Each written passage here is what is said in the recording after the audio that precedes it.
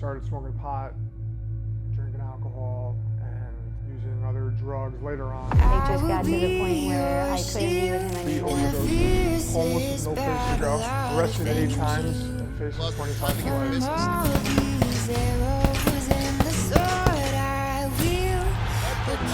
Jared Gordon gets it done. KO victory. Let me be your shield, let me be your shield. Let me be your shield, let me be your shield.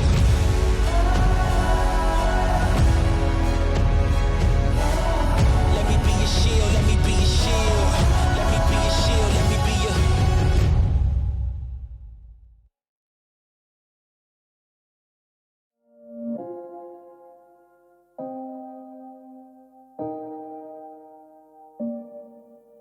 I had gone away to sleepaway camp when I was about 8 years old, and I had been sexually assaulted by a male counselor. When I came home that summer, I started smoking pot, drinking alcohol, and using other drugs. A little later on, I started using other drugs. I graduated high school and I started using painkillers, and that was what became my drug of choice and quickly got out of hand.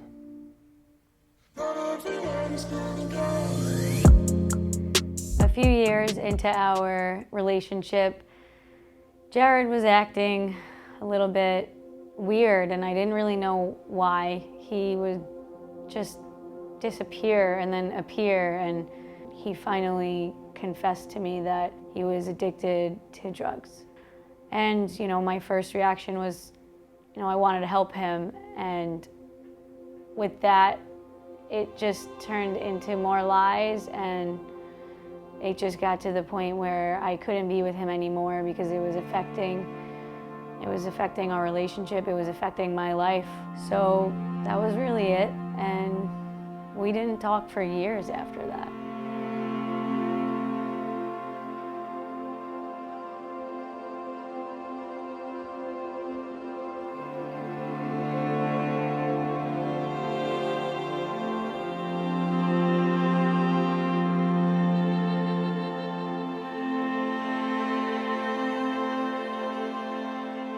We were expecting like 5 feet of snow one night, and I remember staring out the window in the treatment center, watching the snow pile up and thinking, I'm stuck here.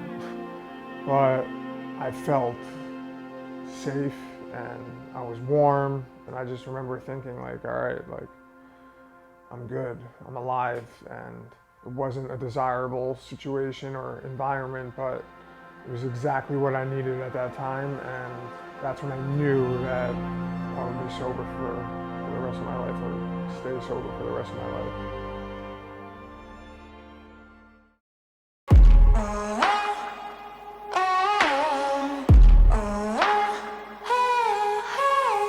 I got introduced to Jared through a mutual friend who had known him and kind of seen him through his journey.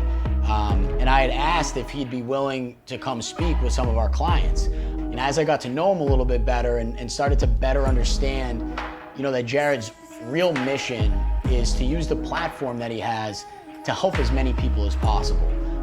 And once I was able to better understand that, I couldn't help but think, why Recreate, couldn't be a vehicle for that mission. So ultimately we joined forces, and I know that the Recreate Behavioral Health Network family is stronger with Jared Flash Gordon in it, and I'd like to think the same for vice versa. When you get sober, they tell you to find a higher power, and for me at first that was kind of difficult. I used to use my friends that died from this disease as my higher power. But over time, my evolution of what I thought my higher power was changed, and it became God. And that's how I'm able to stay sober and get by every day.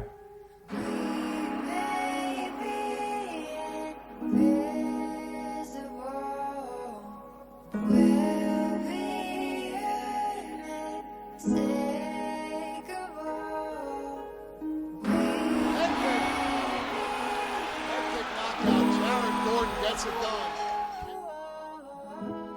What do you think? You want to do this? You want to do this? I want it. I need to. Oh, yeah. You got a deal, brother. All right? All right. I always wanted him to be the boy I fell in love with, but he wound up being a man that was greater than the boy he was. And he just surprised me with his strength and his perseverance and his faith. It was so incredible. So I'm super grateful and lucky to be able to fight in the UFC, and by doing that I have a platform to reach others.